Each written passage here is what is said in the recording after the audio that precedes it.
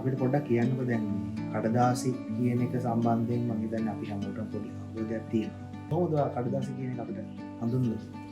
කඩදාසි හඳුන්වන්න ඉස්සෙල්ලා කඩදාසි පටන් ගත්ත පුද්ගලයෝ පිළිබඳව කියන්න.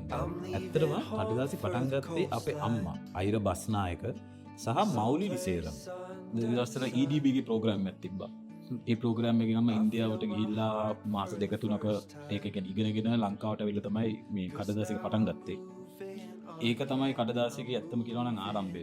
ඔය දැන් මම හිතනවා ඔයාට සම්බන්ධ ගොඩක් කට්ටිය දන්නවා මේ වාගේ තාත්තා මේ ගෘහ නිර්මාණ ශිල්පී කියලා.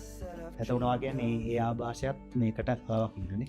ඕ මොකද අපේ අර තාත්තා හැමතිස්සෙම එන්වයරන්මන්ට් එක කොහොමද ඉන්නේ කොහොමද දේවල් කරන්නේ මම හිතා අපි පවුලේ හැමෝටම ආభాෂයක් තිබ්බා. අනිත් එක මේ බොල්ලත කියන ගමේ ගොඩක් ඉන්නවා ගෑනු කට්ටිය. ගොඩක් ප්‍රශ්න වලින් ඉන්න කට්ටිය. ඒ කට්ටියට උදව් කරන්න එක හොඳ විදියක් තමයි මේ කඩදාසි කියන එක.